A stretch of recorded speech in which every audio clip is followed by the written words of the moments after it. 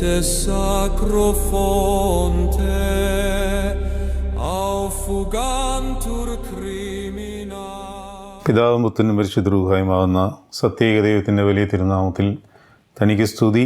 നമ്മുടെ മേൽ തൻ്റെ അനുഗ്രഹങ്ങളും കരുണയും രണ്ട് ലോകങ്ങളിൽ നിന്നും നീക്കം ചുരിയപ്പെടുമാറാട്ടെ. ആമീൻ. കർത്താവിൽ അനുഗ്രഹീതരെ, എഫേസ്യർക്ക് എഴുതിയ ലേഖനം 5-ാം അധ്യായമാണ് നമ്മളിപ്പോൾ ധ്യാനാത്മകമായി പഠിച്ചുകൊണ്ടിരിക്കുന്നത്. 14 വരെയുള്ള വാക്യങ്ങൾ പൂർത്തീകരിച്ചതിന് ശേഷം 15-ാം വാക്യത്തിലേക്ക് നമുക്ക് ശ്രദ്ധയെ തിരിക്കാം. ഈ 15 മുതൽ ഈ അധ്യായം തീരുന്ന 33-ാം വാക്യം വരെ പരിശുദ്ധനായ പൗലോസ്ലീഹ നമ്മളെ പ്രബോധിപ്പിക്കുന്ന കാര്യത്തിൽ ചില പ്രായോഗികമായ ദൈവിക വശങ്ങൾ ഇതിനകത്ത് അടങ്ങിയിരിക്കുന്നു. അതോടൊപ്പം തന്നെ ദൈവിക രഹസ്യങ്ങളും മറഞ്ഞിരിക്കുന്നു.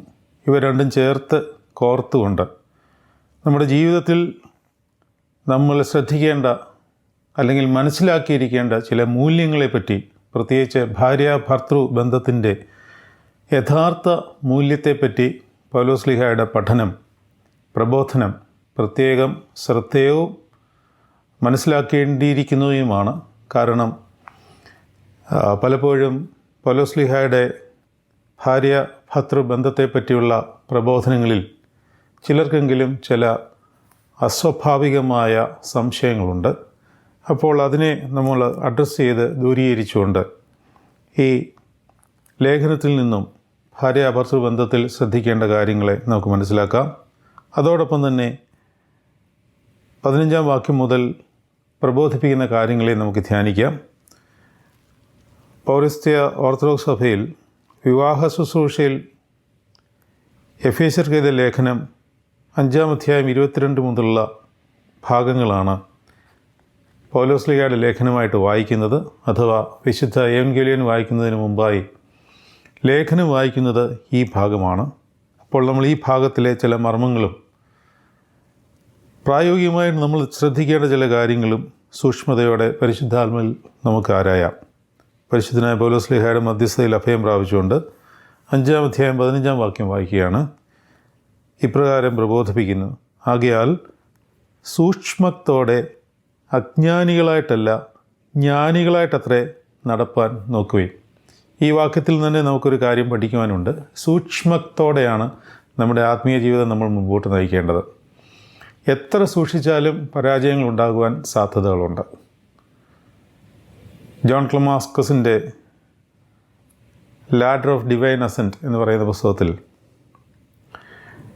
സ്വർഗത്തിലേക്കുള്ള ഒരു ഗോവേണി, യാക്കോബ് കണ്ട ദർശനം പോലെ ഒരു ഗോവേണി, അതിന് 40 പടികൾ. ഓരോ പടികളും വിശുദ്ധിയുടെ മണ്ഡലത്തിലേക്ക് ചവിട്ടിക്കയറിക്കൊണ്ടേയിരിക്കുകയാണ്.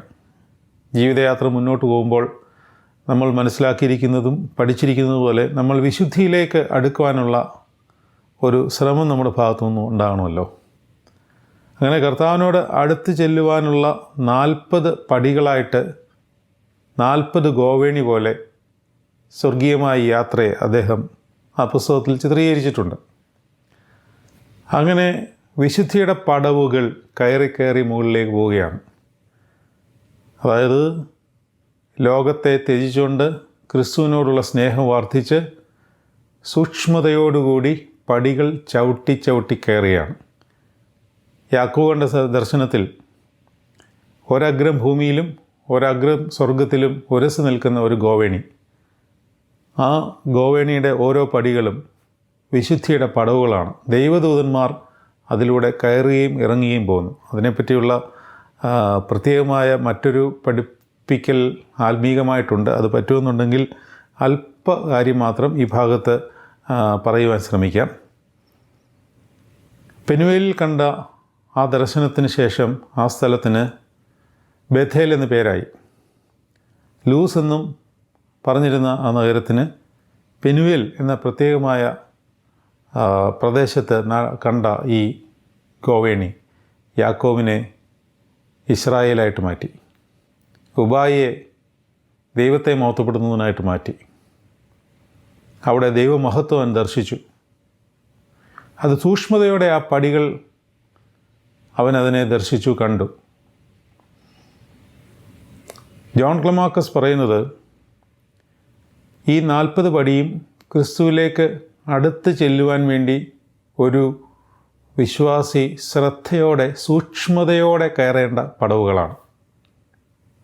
എന്നാൽ സൂക്ഷ്മതയുടെ കാഠിന്യം അല്ലെങ്കിൽ അതിൻ്റെ ഒരു ഗൗരവം നമ്മളെ അറിയിച്ചു തരുന്ന, നമ്മളെ ഭയപ്പെടുത്തുന്ന ഒരു കാര്യം അതിലുണ്ട്. അതായത് 39ാമത്തെ പടി വരെ കയറിയിട്ട്, അതായത് വളരെ സൂക്ഷ്മതയോടുകൂടി 39ാമത്തെ പടി വരെ കയറി താഴേക്ക് നിലംപതിച്ചു പോയ അനേക വിശുദ്ധന്മാരുണ്ട് എന്നാണ്. അതായത് അത്രമാത്രം സൂക്ഷ്മതയോടുകൂടി നമ്മുടെ ആത്മീയ ജീവിതം നമ്മൾ നയിച്ചില്ല എന്നുണ്ടെങ്കിൽ ലോകത്തിൻ്റെ ആകർഷണീയത എപ്പോൾ വേണമെങ്കിലും ആരെയും ആകർഷിച്ച് ശരീരത്തിലും ജഡത്തിലുമൊക്കെ നമ്മളെ വീഴ്ത്തിക്കളയുവാനുള്ള വലിയ ഒരു കെണി പിശാചെപ്പോഴും ഒരുക്കി വെച്ചിട്ടുണ്ട്. ലോകമോഹങ്ങളിലും ജഡമോഹങ്ങളിലും ഒന്ന് വീണു പോകാതെ വളരെ സൂക്ഷ്മതയോടെ കൈകാര്യം ചെയ്യണമെന്ന് പരിശുദ്ധനായ പൗലോസ്ലീഹ നമ്മുടെ ആധ്യാത്മിക ജീവിതത്തെപ്പറ്റി നമ്മൾ ഓർമ്മിപ്പിക്കുന്നു. അപ്പോൾ സൂക്ഷ്മതയോടെ അജ്ഞാനികളായിട്ടല്ല ജ്ഞാനികളായിട്ടത്രേ നടക്കുവാൻ നോക്കണം. എന്താണ് ജ്ഞാനികളും അജ്ഞാനികളും എന്ന് പറഞ്ഞാൽ? ഈ ജ്ഞാനം എന്നുള്ള വാക്കിന് നമ്മൾ അതിനെ വീക്ഷിക്കേണ്ട ഒരു പ്രത്യേകമായ ഒരു വ്യൂ പോയിൻ്റ് ഉണ്ട്. നോളജ്, വിസ്ഡം, 2 വാക്കുകളെ പരിചയപ്പെടുത്താം. ഒന്ന് ഇൻ്റലിജൻറ്റ്, മറ്റേത് ഇൻ്റലിജൻസ്. ഇൻ്റലിജൻറ്റ് എന്ന് പറഞ്ഞു കഴിഞ്ഞാൽ അത് ലോകപരമായ ബുദ്ധിയുടെ ഒരു പ്രകടനമാണ്. ഇൻ്റലിജൻസ് അതല്ല. ഇൻ്റലിജൻസിൽ ദൈവിക ജ്ഞാനം കിടപ്പുണ്ട്. ആ ജ്ഞാനത്തെ ഇൻ്റലിജൻറ്റ് എന്നുള്ള അവസ്ഥയിലേക്ക് ഘടിപ്പിച്ചു കഴിയുമ്പോൾ ദൈവിക ജ്ഞാനം നമ്മുടെ ബുദ്ധിയുമായി ചേരുകയാണ് ചെയ്യുന്നത്. അങ്ങനെ അല്പബുദ്ധിയെ ബുദ്ധിമാനാക്കുന്ന ഇൻ്റലിജൻസാണ് ഇൻ്റലിജൻറ്റിലേക്ക് വരേണ്ടത്. ഇത് കുറച്ചും കൂടെ വിപുലമായിട്ട് ചിന്തിക്കുമ്പോൾ മറ്റ് 2 വാക്കുകളെ പരിചയപ്പെടുവാൻ സാധിക്കും. അത് റിലീജിയനും റിലീജിയസ്നെസ്സുമാണ്. റിലീജിയൻ എന്ന് പറഞ്ഞാൽ മതമാണ്. മതത്തിനകത്ത് അതിൽ തൻ്റെ ചട്ടക്കൂടുകളിൽ ഒതുങ്ങിക്കൂടി അതിൽ തന്നെ എല്ലാമാണെന്ന് വിശ്വസിച്ച് കഴിഞ്ഞാൽ റിലീജിയസ്നെസ് കിട്ടില്ല. എന്ന് പറഞ്ഞാൽ റിലീജിയസ്നെസ്സിലാണ് ആത്മീയത ഇരിക്കുന്നത്. റിലീജിയൻ ആത്മീയതയിലേക്ക് നമ്മളെ വഴി നയിക്കുവാനുള്ള ചൂണ്ടുപലകയാണ്. ഈ റിലീജിയസ്നെസ് റിലീജിയനിലേക്ക് പ്രവേശിക്കണം. ഇന്ന് പലപ്പോഴും സംഭവിച്ചുകൊണ്ടിരിക്കുന്നത് റിലീജിയസ്നെസ് ഇല്ല, റിലീജിയൻ ഉണ്ട്. ഇൻ്റലിജൻസ് ഇല്ല, ഇൻ്റലിജൻ്റാണ്. മനുഷ്യർക്കെല്ലാം ബുദ്ധിയുണ്ട്, വൈഭവമുണ്ട്. നമ്മൾ കഴിഞ്ഞ ദിവസം ധ്യാനിച്ചതുപോലെ ക്രിസ്തുവിനെ പറ്റി അറിയാം, ക്രിസ്തുവിനെ അറിയുന്നില്ല. ഇങ്ങനെ വലിയൊരു കോൺഫ്ലിക്റ്റ് നമ്മുടെ ഉള്ളിൽ തന്നെയുണ്ട്. ഇതെന്തുകൊണ്ടാണെന്ന് ചോദിച്ചാൽ, കുറച്ച് മുമ്പ് ഞാൻ പെനിയേൽ എന്ന സ്ഥലത്തെപ്പറ്റി പറഞ്ഞു. അവിടെ വെച്ചാണ് പെനുവേൽ, ചില ബൈബിളിൽ പെനുവേൽ, അവിടെയാണ് യാക്കോബ് ഈ ദർശനം കാണുന്നത്. ആ പെനുവേൽ എന്ന് പറയുന്ന അത് ആന്തരികമായി ആധ്യാത്മികമായി ആഴത്തിലുള്ള അർത്ഥമുള്ളതാണ്. ആ വാക്കുകളൊന്നും വെറുതെ ഉണ്ടായതല്ല. ആ സ്ഥലപ്പേര്, ആ സ്ഥലത്ത് വെച്ച് ദൈവിക ദർശനം കണ്ടു എന്ന് പറയുന്നതിന് ആ സ്ഥലപ്പേരിലും ഉണ്ട് ഒരുപാട് കാര്യങ്ങൾ. ദൈവിക ദർശനത്തിൽ മാത്രമല്ല. ആ ദർശനം നമ്മുടെ ജീവിതത്തിൽ നടക്കുന്ന, നമ്മുടെ ശരീരത്തിൽ, നമ്മുടെ ആകമാനം മനുഷ്യനിൽ നടക്കുന്ന ഒരു സംഭവമായിട്ട് ചിത്രീകരിച്ചാൽ, യാക്കോബ് പെനുവേൽ എന്ന സ്ഥലത്ത് വെച്ചാണ് അത് ദർശിക്കുന്നതെങ്കിൽ നമ്മുടെ മനുഷ്യ ശരീരത്തിലും ഒരു പെനുവേൽ എന്നൊരു സ്ഥലമുണ്ട്. അതായത് മെഡിക്കൽ സയൻസിൻ്റെ ഭാഷയിൽ പറഞ്ഞാൽ പീനിയൽ ഗ്ലാൻഡ് എന്ന് പറയും. പീനിയൽ ഗ്ലാൻഡ് ഒരു അരിമണി പോലെ നമ്മുടെ തലച്ചോറിനകത്ത് അതിൻ്റെ കോർ പോയിൻ്റാണെന്ന് ഡോക്ടേഴ്സിനോടൊക്കെ ചോദിച്ചാൽ അവർ പറഞ്ഞു തരും. എന്നാൽ കൂടുതൽ അറിവുള്ളവരിലേക്ക് നമ്മൾ അതിനെ അന്വേഷിച്ച് ചെന്നാൽ ആ പീനിയൽ ഗ്ലാൻഡിലാണ് മനുഷ്യൻ്റെ മുഴുവൻ വിസ്ഡത്തെയും നിയന്ത്രിക്കുവാനും മനുഷ്യന് ശാന്തതയും സ്വസ്ഥതയും നൽകുന്ന ഒരു ശാരീരിക മാനസിക അവസ്ഥയിലേക്ക് അതിൽ നിന്ന് പുറപ്പെടുന്ന ഗ്രന്ഥികളിൽ കൂടി അത് നിയന്ത്രിക്കുന്നതെന്നും ശാസ്ത്രം പറയുന്നുണ്ട്, പഠിപ്പിക്കുന്നുണ്ട്. ഈ പീനിയൽ ഗ്ലാൻഡിലാണ് കോൺഷ്യസ് എനർജിയുടെ മൂലകാരണം ഇരിക്കുന്നത്. ആ പീനിയൽ ഗ്ലാൻഡാണ് ക്രൈസ്റ്റ് കോൺഷ്യസ്നെസ്സിനെയും ഇൻ്റലിജൻ്റ് എന്ന് പറയുന്ന നമ്മുടെ ബുദ്ധിയെയും തമ്മിൽ കണക്റ്റ് ചെയ്യിക്കുന്നത്. അപ്പോൾ ഈ പീനിയൽ ഗ്ലാൻഡിൽ നിന്ന് ഈ സ്രവം പുറപ്പെടുന്നില്ല എന്നുണ്ടെങ്കിൽ ഈ കണക്ഷൻ വരില്ല. അത് പെനുവേൽ എന്ന സ്ഥലവുമായിട്ട് ബന്ധിച്ച് നോക്കുമ്പോൾ ഇതൊന്ന് യാദൃശ്യമായി എവിടെയോ എങ്ങോ യാക്കോബ് കണ്ട ദർശനമല്ല. ഇത് ആധ്യാത്മികമായി നമ്മളെ ചിന്തിപ്പിക്കുവാൻ സാധ്യതയുള്ള, അല്ലെങ്കിൽ നമ്മുടെ അകത്തെ കണ്ണ് പ്രകാശിപ്പിക്കുന്ന തലങ്ങളുടെ ഒരു മൂലപ്രദേശമാണ് പീനൽ ഗ്ലാൻഡ് എന്ന് പറയുന്നത്. അതിനകത്ത് ഇലക്ട്രോ മാഗ്നറ്റിക് പവേഴ്സ് ഉണ്ട്. ഇതൊക്കെ ശാസ്ത്രം പറഞ്ഞിട്ടുള്ള കാര്യമാണ്. ശാസ്ത്രം വീണ്ടും പറയുന്നു, ഒരു എനർജിയും ഒരു യൂണിവേഴ്സൽ എനർജിയും നമ്മുടെ ശരീരത്തിൻ്റെ ബോധതലങ്ങളും തമ്മിൽ ബന്ധിപ്പിച്ച് നിർത്തുന്നത് ഈ പീനിയൽ ഗ്ലാൻഡിൽ കൂടെ ആണെന്നും അതിൽ നിന്ന് പുറപ്പെടുന്ന ഗ്രന്ഥമാണ് മെറ്റാലോലിൽ നിന്നോ അങ്ങനെ മറ്റോ പറയുന്നത്. അത് നമ്മുടെ ശരീരത്തിന് ശാന്തതയും സ്വസ്ഥതയും ഈവൻ ഉറക്കം വരെ നൽകി നമ്മുടെ ശരീരത്തെ സ്വസ്ഥതയിലേക്ക് നിലനിർത്തുവാൻ സഹായിക്കുന്നതാണ് പീനൽ ഗ്ലാൻഡ്. മാത്രമല്ല ഇത് കോൺഷ്യസ്നെസ്സുമായിട്ട് ബന്ധപ്പെട്ടതാണ്.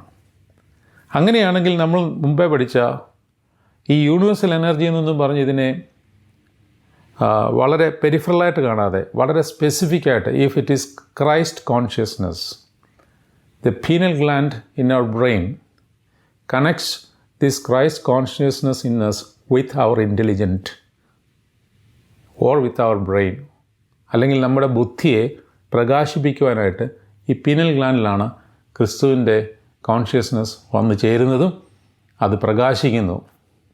നിൻ്റെ വചനങ്ങളിലെ വികാസനം പ്രകാശപ്രദമാകുന്നു, അത് അല്പബുദ്ധിയെ ബുദ്ധിമാനാക്കുന്നു. 119 വാക്യമാണ്. 119 സങ്കീർത്തനം 130 വാക്യം. ബുദ്ധിയെ പ്രകാശിപ്പിക്കുന്നത് എന്താണ്?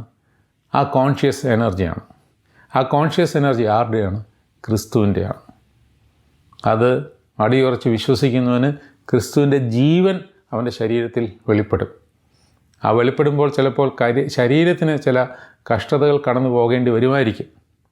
2 കൊരിന്ത്യർ 4:10 പറയുന്നു, ക്രിസ്തുവിൻ്റെ ജീവൻ ഞങ്ങളുടെ ശരീരത്തിൽ വെളിപ്പെടേണ്ടതിന് അവൻ്റെ മരണം ഞങ്ങളുടെ ശരീരത്തിൽ ഞങ്ങൾ വഹിക്കുന്നു. അപ്പോൾ മരണം വഹിക്കുമ്പോൾ ജീവൻ വെളിപ്പെടുകയാണ്. ആ ജീവൻ വെളിപ്പെട്ട് നമ്മുടെ ശരീരം മുഴുവൻ പ്രകാശിതമാവുമ്പോൾ അതിൻ്റെ കാരണക്കാരനായി മാറുന്നത് ക്രിസ്തുവിൻ്റെ വലിയ ഊർജം നമ്മളെ പീനൽ ഗ്രന്ഥിയിലേക്ക് പ്രവേശിച്ച് അത് നമ്മുടെ ശരീരത്തിലേക്ക് വ്യാപിക്കുമ്പോഴാണ്. ഇത് വലിയൊരു പാലമായിട്ട്, ഒരു ഗോവേണിയായിട്ട് ഈ പീനൽ ഗ്ലാൻഡ് അവിടെ നിൽക്കുകയാണ്. യാക്കോബ് കണ്ട ദർശനത്തിൽ ഒരു ഗോവേണി കണ്ടു. അത് ഭൂമിയെ സ്വർഗത്തോട് ബന്ധിപ്പിക്കുന്ന ഗോവേണിയാണ്. ആ സ്ഥലം പെനുവേൽ. അതുപോലെ തന്നെയാണ് നമ്മുടെ മനുഷ്യ ശരീരത്തിലെ പീനൽ ഗ്ലാൻഡ്. ക്രിസ്തുവിൻ്റെ ജ്ഞാനത്തെ നമ്മുടെ അറിവിലേക്ക് പ്രവേശിപ്പിച്ച് യഥാർത്ഥ അറിവ് അവനിൽ കൂടി നമ്മൾ നേടുകയാണ്. ഈ അറിവാണ് ഏദൻ തോട്ടത്തിൽ വെച്ച് നഷ്ടപ്പെട്ടു പോയത്. അതായത് ഏദൻ തോട്ടത്തിൻ്റെ മധ്യത്തിൽ നിന്നിരുന്ന ആ ജീവവൃക്ഷം, ആ ജീവവൃക്ഷത്തിൽ നിന്ന് നേടേണ്ട എനർജി, അതിൽ കൂടിയാണ് നന്മതിന്മകളെ അറിയുവാനുള്ള വരം നമുക്ക് ലഭിക്കേണ്ടത്. അല്ലെങ്കിൽ നമ്മുടെ വിസ്ഡം, വിസ്ഡം അല്ലാതായിപ്പോവും. യഥാർത്ഥമായ ദൈവിക ജ്ഞാനം ഉള്ളിലേക്ക് പ്രവേശിക്കണം. അതിനുള്ള ക്രമീകരണം പീനൽ ഗ്ലാൻഡിലുണ്ട്. അപ്പോൾ പീനൽ ഗ്ലാൻഡ് എപ്പോഴും അകത്തെ കണ്ണിനോട് സമാനമാണ്. ഇത് തുറക്കണം. അത് വികാസനം പ്രകാശപ്രദമാകത്തക്കവണ്ണം നമ്മളതിനെ ആ ദിശയിലേക്ക് തിരിച്ചു നിർത്തണം. ഏത് ദിശയിലേക്ക്? ക്രിസ്തു എന്ന ദിശയിലേക്ക് നമ്മളുടെ ബോധത്തെ തിരിച്ചു നിർത്തണം. ചൊവ്വാഴ്ച രാത്രി നമസ്കാരത്തിൽ, പാമ്പാക്കണ നമസ്കാരത്തിൽ ഇപ്രകാരം പറയുന്നു: കർത്താവേ, ഞങ്ങളുടെ ബോധം നിൻ്റെ ജ്ഞാനങ്ങളുടെ ഉറവയായി തീരുവാനും. ഒരു വാക്യപ്രകാരമാണ്, ഒരു പ്രാർത്ഥനയാണത്. ചൊവ്വാഴ്ച രാത്രി നമസ്കാരം, പാമ്പാക്കണ നമസ്കാരത്തിലാണ് കർത്താവെ, ഞങ്ങളുടെ ബോധം നിൻ്റെ ജ്ഞാനങ്ങളുടെ ഉറവയായി തീരുവാനും. അപ്പം കർത്താവിൻ്റെ ജ്ഞാനത്തിൻ്റെ ഉറവയായിട്ട് നമ്മുടെ ബോധം മാറുവാൻ നമ്മുടെ ഈ പീനൽ ഗ്ലാൻഡ് കർത്താവിലേക്ക് തിരിച്ചു വയ്ക്കണം. അതകത്തെ കണ്ണ് തുറന്ന് ക്രിസ്തുവിലേക്ക് നോക്കണം. അവങ്കിലേക്ക് നോക്കിയവർ പ്രകാശിതരായി, അവരുടെ മുഖം ലജ്ജിച്ചു പോയതുമില്ല എന്നുള്ളതാണ്. അപ്പോൾ നമ്മുടെ ബുദ്ധിയിലേക്ക് കർത്താവിൻ്റെ ജ്ഞാനം വന്ന് നിറയുവാൻ അതിലേക്കൂടെ ഈ എനർജി കയറി ഇറങ്ങണം. യാക്കോബ് പെനുവേൽ എന്ന ദർശനത്തിൽ സ്വർഗീയ ദൂതന്മാർ കയറി ഇറങ്ങുന്നത് കണ്ടപ്പോൾ ആ ദൈവിക ശക്തി വ്യാപാരം അവനിലേക്ക് വന്നു എന്നവന് ബോധ്യമായപ്പോൾ അവന് മനസ്സിലായി, ഈ സ്ഥലത്ത് ദൈവമുണ്ട് എന്ന് മനസ്സിലായി. ദൈവമുണ്ട് എന്ന് മനസ്സിലായപ്പോൾ എന്നെ അനുഗ്രഹിച്ചല്ലാതെ ഞാൻ വിടുകയില്ല എന്നായി. അതായത് നമ്മുടെ ബുദ്ധിയുടെ തലത്തിലേക്ക് ദൈവിക ജ്ഞാനം ഇറങ്ങുമ്പോൾ ഇത് എനിക്ക് കൂടുതൽ ലഭിക്കാതെ ഞാൻ നിന്നെ വിടുകയില്ല എന്നുള്ള അവസ്ഥയിലേക്ക് നമ്മുടെ ബോധം ഉയരുവാൻ തക്കവണ്ണം കർത്താവെ, ഞങ്ങളുടെ ബോധം നിൻ്റെ ജ്ഞാനത്തിൻ്റെ ഉറവയായി തീരുവാൻ ഇടയാകണമെന്ന് പിതാക്കന്മാർ പ്രാർത്ഥിക്കുകയാണ്. അപ്പോൾ being intelligent does not mean you are in wisdom unless your pineal gland is activated to the highest എന്നാണ്. ഒരു പരിശുദ്ധൻ്റെ വചനങ്ങളാണിത്. അതായത് being intelligent does not mean you are in wisdom unless your pineal gland is activated to the highest. അതാണ് ഈ വേദപുസ്തകത്തിലെ ചില സംഭവങ്ങളിൽ പറയുന്ന സ്ഥലത്തിന് പോലും നമ്മുടെ ശരീരവുമായിട്ടും ഒക്കെ ബന്ധമുണ്ട്. നമ്മുടെ ശാരീരവുമായിട്ടും ബന്ധമുണ്ട്, നമ്മുടെ ശരീരമായിട്ടും ബന്ധമുണ്ട്. അപ്പോൾ പൗലോസ് പഠിപ്പിക്കുകയാണ്, ആകയാൽ സൂക്ഷ്മത്തോടെ അജ്ഞാനികളായിട്ടല്ല ജ്ഞാനികളായിട്ട് തന്നെ നടക്കുവാൻ നോക്കുവീൻ. ഇത് ദുഷ്കാലമാകിയാൽ സമയം തക്കത്തിൽ ഉപയോഗിച്ചുകൊള്ളുവീൻ. മാത്യൂസ് റമ്പാച്ചൻ്റെ പ്രാർത്ഥനയിൽ കർത്താവ് റമ്പാച്ചനോട് പറയുന്ന വചന സംഭാഷണങ്ങളിൽ, മധുര സംഭാഷണങ്ങളിൽ സമയത്തെപ്പറ്റി കൃത്യമായിട്ട് പ്രബോധിപ്പിക്കുന്നുണ്ട്. ഞാനതൊക്കെ വായിക്കുമ്പോൾ എനിക്ക് ഒരുപാട് കുറ്റബോധം തോന്നാറുണ്ട്. കാര്യം എന്ന് പറഞ്ഞാൽ, ഇപ്രകാരം പിതാവിനോട് കർത്താവ് പറയുകയാണ്, മകനെ, സമയം പാഴാക്കരുത്, നിൻ്റെ ദിനചര്യകളിൽ നീ ശ്രദ്ധയുള്ളവനായിരിക്കണം. ഈ സമയങ്ങൾ തിരിച്ചു വരില്ല എന്നുള്ള കാര്യം നീ ഓർത്തുകൊള്ളണം. ഒരു നിമിഷവും മടങ്ങി വരില്ല എന്നും ഓരോ നിമിഷവും വിലപ്പെട്ടതാണെന്നും അറിഞ്ഞുകൊള്ളത്തക്കവണ്ണം നീ അതിനെ ശ്രദ്ധയോടെ കൈകാര്യം ചെയ്യണം. കണ്ടോ, സൂക്ഷ്മതയോടെ കൈകാര്യം ചെയ്യണം. മടി തോന്നുന്ന അവസരത്തിൽ നീ അതെന്നെ അറിയിക്കണം. അപ്പോൾ ഈ യാത്രയിൽ വിശുദ്ധന്മാരെ ആൾക്കാർക്ക് പോലും മടുപ്പ്, നിരാശയൊക്കെ ഉണ്ടാവാറുണ്ട്. പക്ഷേ അപ്പോൾ കർത്താവ് അവന് പഠിപ്പിച്ചു കൊടുക്കുകയാണ്, മടി തോന്നുമ്പോൾ, നിരാശ തോന്നുമ്പോൾ നീ എന്നെ അറിയിക്കണം, സമയം തക്കത്തിൽ ഉപയോഗിക്കണം. 17-ാം വാക്യം, ബുദ്ധിഹീനരാകാതെ കർത്താവിൻ്റെ ഇഷ്ടം ഇന്നതെന്ന് ഗ്രഹിച്ചുകൊള്ളുവീൻ.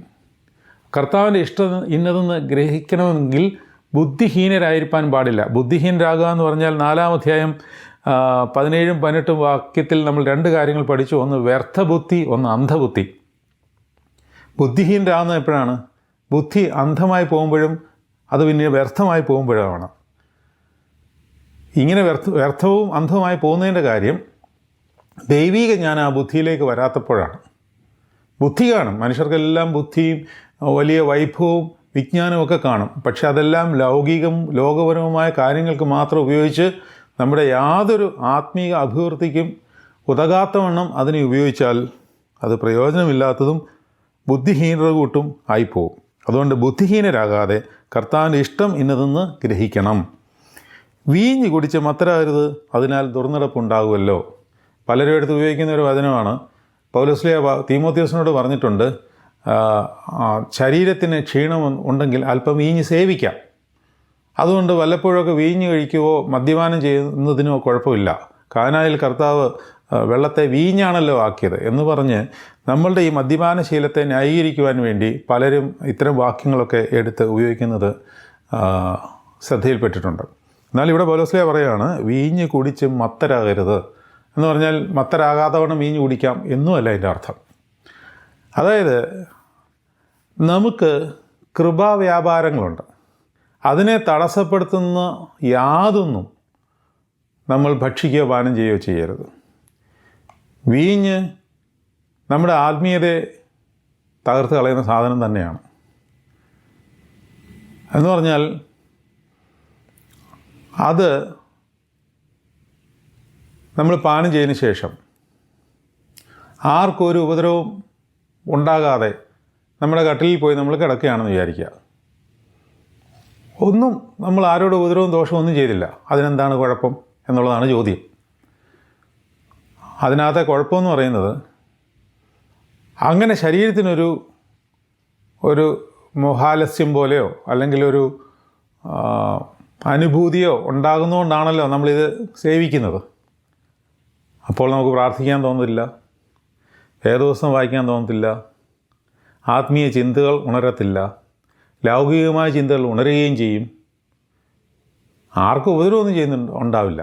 പക്ഷേ നമ്മളോട് തന്നെ, നമ്മുടെ ശരീരത്തെ തന്നെ ഹനിക്കുകയാണ് ചെയ്യുന്നത്.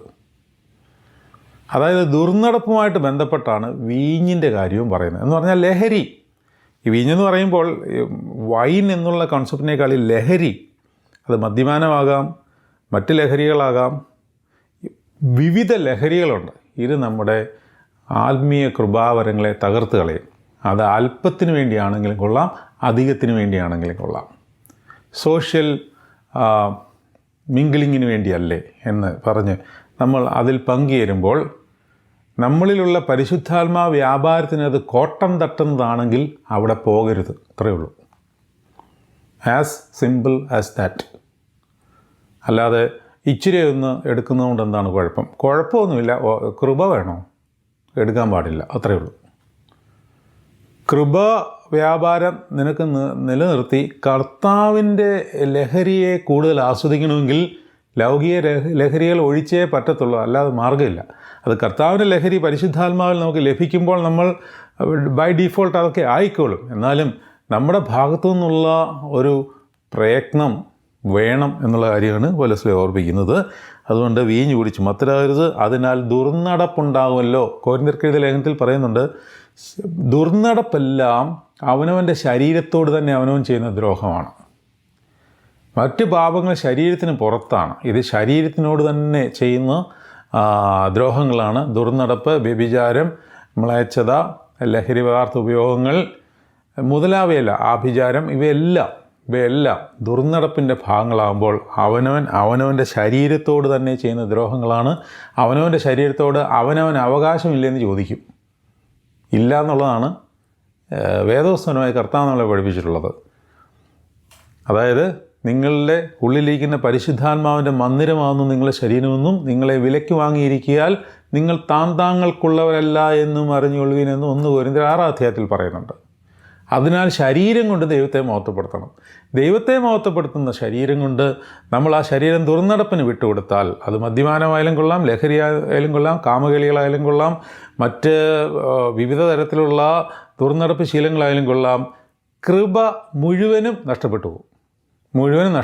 നഷ്ടപ്പെട്ട കൃപയെ തിരിച്ചു വരുത്തുവാൻ പ്രയാസവുമാണ്. ദൈവം കനിവ് തരും. പിന്നെ ഇതിനെല്ലാം പെനിറ്റൻസ് എടുക്കണ്ടേ? എന്തിനാണ് ഈ പരിപാടിക്ക് പോകുന്നത്? ഇതിനെല്ലാം അനുതാപവും പശ്ചാത്തലവും നടത്തി അതിനുള്ള പ്രതിക്രിയകൾ നടത്തിയെങ്കിൽ മാത്രമേ നമുക്ക് കൃപ വരുന്നതായിട്ട് തന്നെ തോന്നത്തുള്ളൂ. ഈ ചാല് വീണ്ടും തുറക്കണ്ടേ? അതായത് ഈ പിനിൽ ഗ്ലാൻഡ് സ്വർഗീയ ദൂതന്മാർ കയറി ഇറങ്ങിക്കൊണ്ടേയിരിക്കണം. ദൈവദൂതന്മാർ കയറി ഇറങ്ങുകയും ചെയ്യുന്നത് നീ കാണും. യാക്കോബിൻ്റെ ഈ ദർശനം വ്യാഴാഴ്ച പ്രഭാത നമസ്കാരത്തിൽ പിതാക്കന്മാർ ഒരു ഗീതമായിട്ട് എഴുതിയിട്ടുണ്ട്. ഉദയത്തിങ്കൽ ഉണർന്നപ്പോൾ യാക്കോബ് അത്ഭുതം വീക്ഷിച്ചു, ധരമേൽ നാട്ടിയ ഗോവണിതൻ അഗ്രം വാനിലുരുമുന്നു, വാനൂരീറെ ദൂതന്മാർ അതിലൂടേറിപ്പോകുന്നു. അപ്പോൾ ഉദയത്തിലെ ഒരു കാര്യമാണത്. കർത്താവിൻ്റെ അരികിലെത്താനുള്ള ശീമോൻ്റെ വിളി ഉദയത്തിലാണ്. ചൊന്നാൻ ശീമോൻ ഉദയത്തിൽ, കർത്താവെ ഞാൻ നിന്നരികിൽ എത്താൻ അരുളണമെന്നേവം ചൊല്ലി നാഥൻ തിരയിന്മേൽ, നടകൊൾകന്നെ നമ്പുന്നവൻ പേടിക്കേണ്ടില്ലൊന്നിനെയും എന്നൊരു ഗീതവും പ്രഭാത നമസ്കാരത്തിൽ വ്യാഴാഴ്ച ഉണ്ട്. അതായത് ക്രിസ്തുവിനോട് അടുക്കുവാനുള്ള ഈ പീനൽ ഗ്ലാൻഡ് നമ്മൾ ആക്ടിവേറ്റ് ആക്കി വെക്കേണ്ടത് ക്രിസ്തുവുമായിട്ടുള്ള ആ ബന്ധത്തിൻ്റെ സ്നേഹബന്ധം നമ്മൾ പുതുക്കും തോറുമാണ്. അപ്പോൾ അതിലേക്ക് ദൂതന്മാർ കയറി ഇറങ്ങിപ്പോകുക എന്ന് പറഞ്ഞാൽ അർത്ഥം ആ ഫ്ലോ ഓഫ് എനർജി ഇങ്ങനെ എപ്പോഴും അങ്ങോട്ടും ഇങ്ങോട്ടും നമ്മളെ ബന്ധിപ്പിച്ചുകൊണ്ടിരിക്കുന്നു. ക്രിസ്തു ജ്ഞാനത്തിൽ നമ്മൾ എല്ലാ ദിവസവും നിറഞ്ഞുകൊണ്ടിരിക്കുന്നു എന്നുള്ളതാണ്. വീണ്ടും പറയുകയാണ്, അടുത്ത വചനം കാണാൻ പഠിക്കേണ്ടതാണ്. സങ്കീർത്തനങ്ങളാലും സ്തുതികളാലും ആത്മീയ കീർത്തനങ്ങളാലും തമ്മിൽ സംസാരിച്ചും നിങ്ങളുടെ ഹൃദയങ്ങളിൽ പാടിയും കീർത്തനം ചെയ്തും നമ്മുടെ കർത്താവായ യേശു ക്രിസ്തുവിൻ്റെ നാമത്തിൽ ദൈവവും പിതാവായവന് എപ്പോഴും എല്ലാറ്റിനും വേണ്ടി സ്തോത്രം ചെയ്തു കൊള്ളുകയും ചെയ്യുവീൻ. സങ്കീർത്തനങ്ങളാലും സ്തുതികളാലും ആത്മീയ ഗീതങ്ങളാലും തമ്മിൽ പ്രബോധിച്ചും നിങ്ങളുടെ ഹൃദയങ്ങളിൽ കർത്താവിന് പാടി. രണ്ടുപേർ കാണുമ്പോൾ സങ്കീർത്തനങ്ങൾ, സ്തുതി, അതുപോലെ കർത്താവിനെ പറ്റി സംസാരിച്ചും ആത്മാവ് നിറഞ്ഞവരായി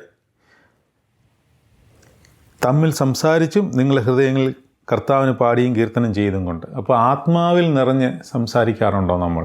രണ്ടുപേർ തമ്മിൽ സംഭാഷിക്കുമ്പോൾ ദൈവിക കാര്യങ്ങൾ സംസാരിക്കാറുണ്ടോ? ആത്മാവിൽ സംസാരിക്കാറുണ്ടോ?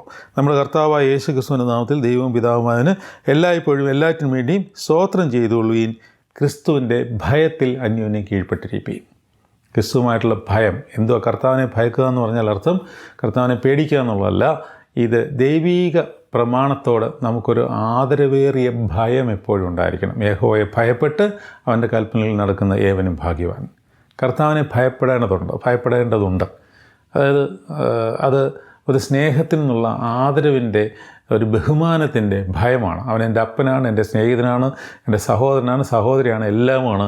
പക്ഷേ അവൻ ധന്യനായ ഏകാധിപതിയും രാജാതി രാജാവും കർത്താതി കർത്താവും താൻ മാത്രം അമർത്യതയുള്ളവനും അടുത്തുകൂടാത്ത വെളിച്ചത്തിൽ വസിക്കുന്നവനും മനുഷ്യരാരാലും കാണാത്തവനും കാണുവാൻ കഴിയാത്തവനുമാകുന്നു എന്നുള്ള ബോധ്യവും കൂടെ നമ്മളെ ഭരിച്ചുകൊണ്ടിരിക്കണം. 27 വാക്യം മുതൽ 31 വാക്യം വരെ ഭാര്യാഭർത്തൃബന്ധത്തെപ്പറ്റിയും നമ്മുടെ ശരീരം കർത്താവിനോട് എങ്ങനെ ബന്ധപ്പെട്ടിരിക്കുന്നു എന്നുള്ള കാര്യത്തെപ്പറ്റിയും പൗലോസ്ലീഹ പഠിപ്പിക്കുന്നുണ്ട്. 22 അധ്യായം പ്രകാരം പറയുന്നു, ഭാര്യമാരെ കർത്താവിലെന്ന പോലെ സ്വന്തം ഭർത്താക്കന്മാർ കീഴടങ്ങുവീൻ. ക്രിസ്തു ശരീരത്തിൻ്റെ രക്ഷിതാവായി സഭയ്ക്ക് തലയാകുന്നതുപോലെ ഭർത്താവ് ഭാര്യയ്ക്ക് തലയാകുന്നു. എന്നാൽ സഭ ക്രിസ്തുവിന് കീഴടങ്ങിയിരിക്കുന്ന പോലെ ഭാര്യമാരും ഭർത്താക്കന്മാർക്ക് സകലത്തിലും കീഴടങ്ങിയിരിക്കണം. ഇത്രയും ഭാഗം വായിക്കുമ്പോൾ നമുക്ക് സാധാരണ ഈ ഇന്നത്തെ കാലത്തൊരു വല്ലായ്മ തോന്നാറുണ്ട്. കാരണം ഇതെല്ലാം ഫെമിനിസത്തിനെതിരാണല്ലോ എന്നൊരു തോന്നലുണ്ട്. ഭാര്യമാർ ഭർത്താക്കന്മാർക്ക് കീഴടങ്ങിയിരിക്കണം എന്ന് പറയുമ്പോൾ ആ കീഴടങ്ങൽ എങ്ങനെയാണ് വരേണ്ടത്? അത് വെറുതെ വരേണ്ടതല്ല. അത് അടിച്ചമർത്തലുള്ളൊരു കീഴടങ്ങലല്ല. ഇത് സ്നേഹത്തിൻ്റെ വ്യാപാരത്തിലുള്ള മറ്റൊരു കീഴടങ്ങലാണ്. അത് കുടുംബജീവിതത്തിലായിരുന്നാലും, അപ്പന് മക്കളോടുള്ള ബന്ധത്തിലായിരുന്നാലും, ആശ്രമത്തിൽ സന്യസ്തർ തങ്ങളുടെ സുപ്പീരിയേഴ്സിൻ്റെ കീഴിലായിരുന്നാലും, ഇവരെ എല്ലാവരെയും ഭയപ്പെടുകയും ബഹുമാനിക്കുകയും ചെയ്ത് സ്നേഹത്തിലൊരു കീഴടങ്ങലുണ്ട്. ആ കീഴടങ്ങലിൻ്റെ കാര്യമാണ് ഈ പറയുന്നത്. അതായത് ഭാര്യ ഭർത്താവിന് കീഴ്പ്പെട്ടിരിക്കണം എന്നുണ്ടെങ്കിൽ അത് കീഴ്പ്പെടുന്നതല്ല, കീഴ്പ്പെട്ട് പോകുന്നതാണ്. പക്ഷെ അതെങ്ങനെയാണ് കീഴ്പ്പെട്ട് പോകുന്നത്? അങ്ങനെ കീഴ്പ്പെട്ട് പോകണമെന്നുണ്ടെങ്കിൽ അടുത്ത വചനം കൂടെ വായിക്കണം. 25 വാക്യം, ഭർത്താക്കന്മാരെ ക്രിസ്തുവും സഭയെ സ്നേഹിച്ചതുപോലെ നിങ്ങളുടെ ഭാര്യമാരെ സ്നേഹിപ്പീൻ. അതെന്താ? ഇതും കൂടെ ചേർത്ത് വേണം ഇത് വായിക്കാൻ. അതായത് ക്രിസ്തു സഭയെ സ്നേഹിച്ചതുപോലെ നിങ്ങൾ നിങ്ങളുടെ ഭാര്യമാരെ സ്നേഹിപ്പിക്കുവീൻ. ക്രിസ്തു എങ്ങനെയാണ് സഭയെ സ്നേഹിച്ചത്? ക്രിസ്തു സഭയെ സ്നേഹിച്ചത് തൻ്റെ ജീവൻ കൊടുത്താണ്. അതായത് ഭാര്യയുടെ ജീവനാണ് ഭർത്താവ്. അങ്ങനെയെങ്കിൽ ഭാര്യയ്ക്ക് വേണ്ടി ജീവൻ കൊടുക്കത്തക്കവണ്ണമുള്ള സ്നേഹവ്യാപാരം തൻ്റെ ഉള്ളിലുണ്ടെന്ന് പങ്കാളിയായ ഭാര്യയ്ക്ക് ബോധ്യമായാൽ അവൾ സ്വയമായി സ്നേഹത്തിൽ കീഴ്പ്പെട്ടുള്ളൂ. അല്ലെങ്കിൽ ഈ വചനങ്ങളെല്ലാം സ്ത്രീത്വത്തിനെതിരെയാണെന്ന് വേണേൽ പറഞ്ഞ് ആക്ഷേപിക്കുവാനും സാധിക്കും. ഭാര്യയെ ഭർത്താവിന് കീഴ്പ്പെട്ടിരിക്കണമെന്നൊക്കെ പറയുന്നത് ഇന്നത്തെ കാലം നടക്കുന്ന കാര്യമാണോ? അത് നടക്കേണ്ടത് ഇപ്രകാരമാണ്. എപ്രകാരം? അതായത് സ്നേഹത്തിലുള്ള ഒരു കീഴ്പ്പെടലാണത്. അങ്ങനെ കീഴ്പ്പെടണമെന്നുണ്ടെങ്കിൽ സ്നേഹം അങ്ങോട്ട് കൊടുക്കണം. അത് എപ്രകാരം കൊടുക്കണം? ക്രിസ്തു കൊടുത്ത പോലെ കൊടുക്കണം. ക്രിസ്തു എപ്രകാരമാണ് കൊടുത്തത്? ജീവൻ കൊടുത്താണ് കൊടുത്തത്. തൻ്റെ ഭർത്താവ് എനിക്ക് വേണ്ടി ജീവൻ കളയും എന്നൊരു ഭാര്യയ്ക്ക് തോന്നിയാൽ അവൾ പോലും അറിയാതെ കീഴ്പ്പെട്ട് തന്നെ ജീവിക്കും. ആ കീഴ്പ്പെടലിന് ഒരു അടിമത്ത ഭാവമല്ല, സ്നേഹത്തിൻ്റെ ഭാവമാണ്. കർത്താവ് ശിഷ്യന്മാരുടെ കാല് കഴുകിയെന്ന് പറഞ്ഞ അർത്ഥം എന്താ? അതൊരു യഥാർത്ഥത്തിലൊരു കീഴ്പ്പെടലാണ്. ആ കീഴ്പ്പെടൽ പോലെയുള്ള ഒരു സ്നേഹത്തിൻ്റെ കീഴ്പ്പെടൽ. അവൻ അവളെ വചനത്തോടുകൂടിയ ജലസ്നാനത്താൽ വെടിപ്പാക്കി വിശുദ്ധീകരിക്കേണ്ടതിനും ഒരഭിഷേകമാണ്.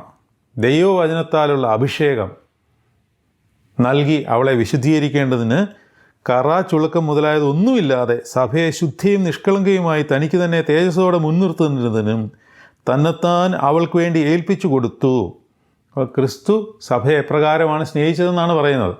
അവളെ പൂർണ്ണ വിശുദ്ധിയാക്കി കറ, ചുളുക്കം, മാലിന്യം ഒന്നുമില്ലാത്തതായി നിഷ്കളങ്കയായി മാറ്റേണ്ടതിന് അവൻ തന്നെത്താൻ ഏൽപ്പിച്ചു കൊടുത്ത ആ സ്നേഹം കാണിച്ചു. കർത്താവ് സഭയെ എപ്രകാരം സ്നേഹിച്ചുവോ അതുപോലെ ഭർത്താക്കന്മാരെ നിങ്ങൾ ഭാര്യമാരെ സ്നേഹിക്കുമ്പോൾ ഭാര്യമാർ സ്നേഹപൂർവ്വം നിങ്ങൾക്ക് കീഴ്പ്പെട്ടിരിക്കും. അവണ്ണം ഭർത്താക്കന്മാരും തങ്ങളുടെ ഭാര്യമാരെ സ്വന്തം ശരീരങ്ങളെ പോലെ സ്നേഹിക്കേണ്ടതാണ്. നമ്മൾ പറഞ്ഞ കാര്യം തന്നെയാണ് വീണ്ടും പറയുന്നത്. ഭാര്യയെ സ്നേഹിക്കുന്നവൻ തന്നെത്താൻ സ്നേഹിക്കുന്നു. അങ്ങനെയുണ്ടെങ്കിലേ ജീവൻ കൊടുക്കുന്ന അവസ്ഥയിലേക്ക് നമ്മൾ എത്തിപ്പെടത്തുള്ളൂ. അപ്പോൾ തന്നെത്താൻ എന്നെ സ്നേഹിക്കുന്ന പോലെ ഞാൻ എൻ്റെ ശരീരത്തെയാണ് സ്നേഹിക്കുന്നത് എന്ന് ഭാര്യയെ സ്നേഹിക്കുമ്പോൾ നമുക്ക് തോന്നണം.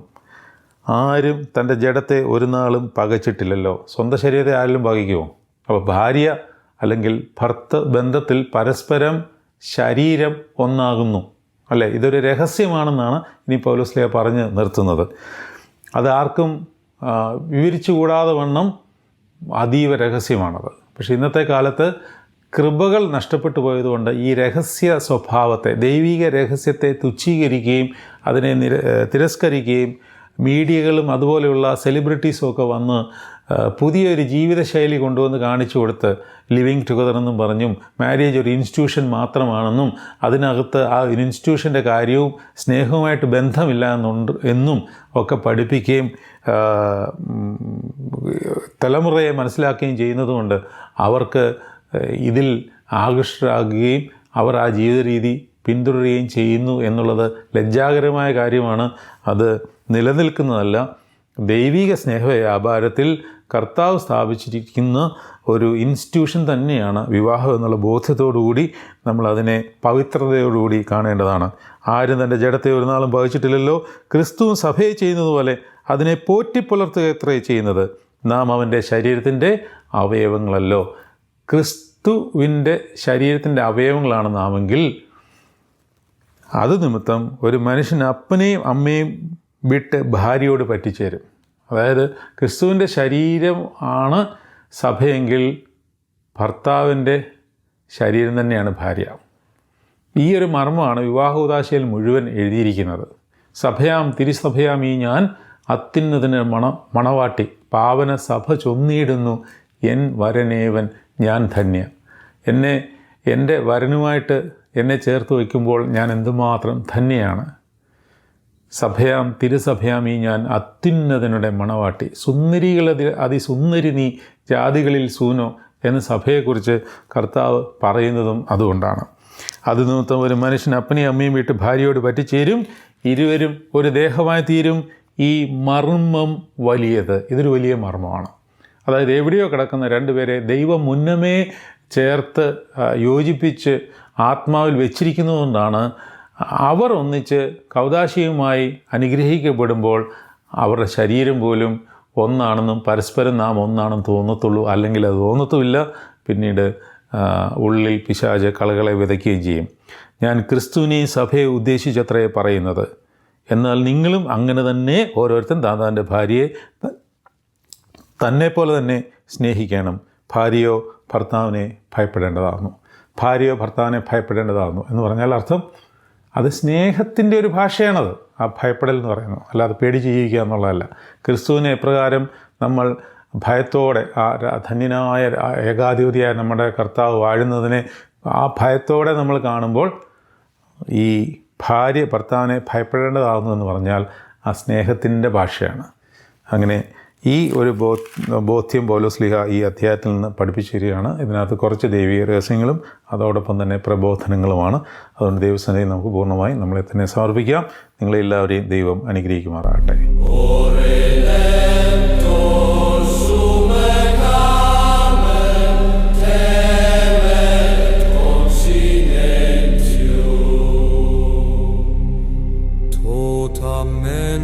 Sacro fonte, auffugantur